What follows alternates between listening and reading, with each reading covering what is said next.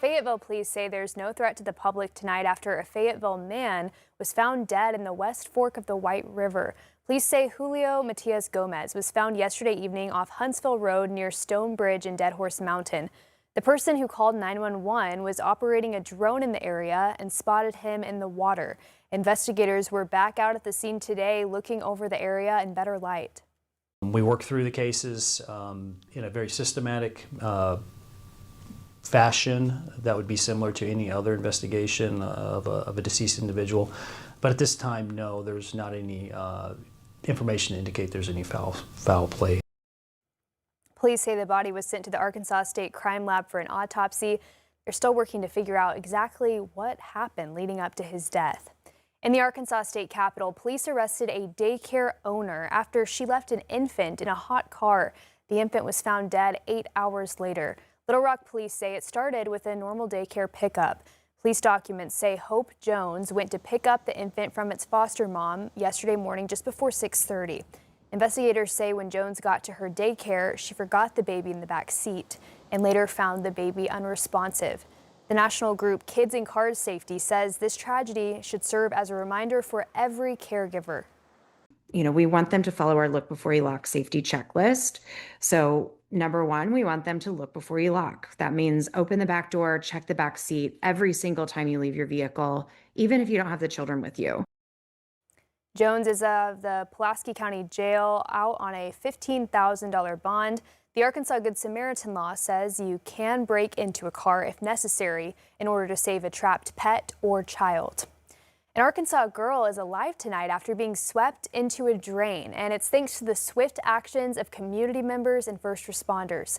Police in Bryant say someone got a call about 5 o'clock yesterday to report a 9-year-old girl was playing outside when she slipped and was carried into the drainage system. City's mayor says this family immediately tried to pull her out, but the current was too strong. Authorities say it was a race against the clock as they traced the drain route to a creek 5 minutes up the road. Officers say from there, the girl was able to get out. You kind of think like, oh, what if that was my kid? And I know a lot of the other officers had the same feelings. Like I told you earlier, when you walk up and you just see how deep the water was just right here alone, yeah, it's gut-wrenching. Was treated at a hospital and is back with her family tonight. Oklahoma Attorney General Gentner Drummond is bringing a new initiative to schools across the state to combat painkiller abuse. It's called Oklahoma Ready, and the goal is to make middle school and high schoolers more equipped to deal with substance abuse involving pills. It's based on a curriculum used nationwide, which the AG's office says will teach students how to refuse opioids and unauthorized prescriptions. School and districts will get a stipend to help introduce the program, and training for the schools starts later this month.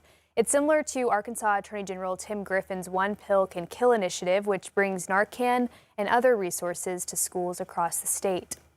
All new at 10, a Russellville teacher has filed a lawsuit against his former employer after he says he was fired over comments he made on social media involving conservative activist Charlie Kirk. Tonight, Carter Thweet spoke to law experts about the suit's chances of success.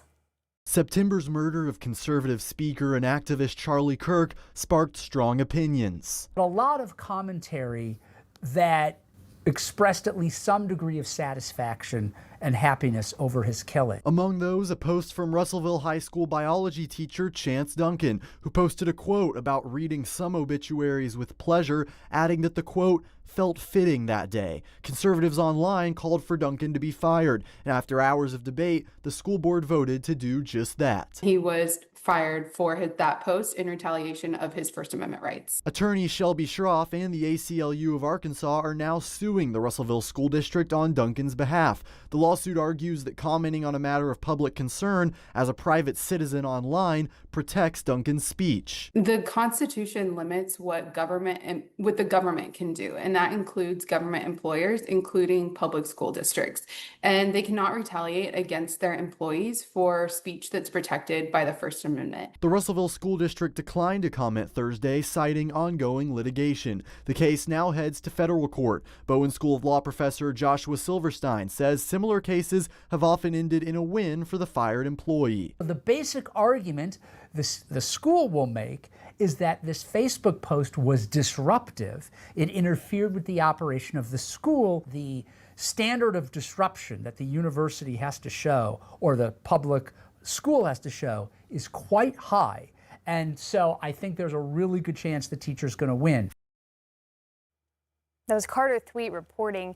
You may remember back in September, a Pea Ridge School District employee was fired for making similar comments on social media. Additionally, an Arkansas Department of Health filed a lawsuit against the state over comments she made on social media as well.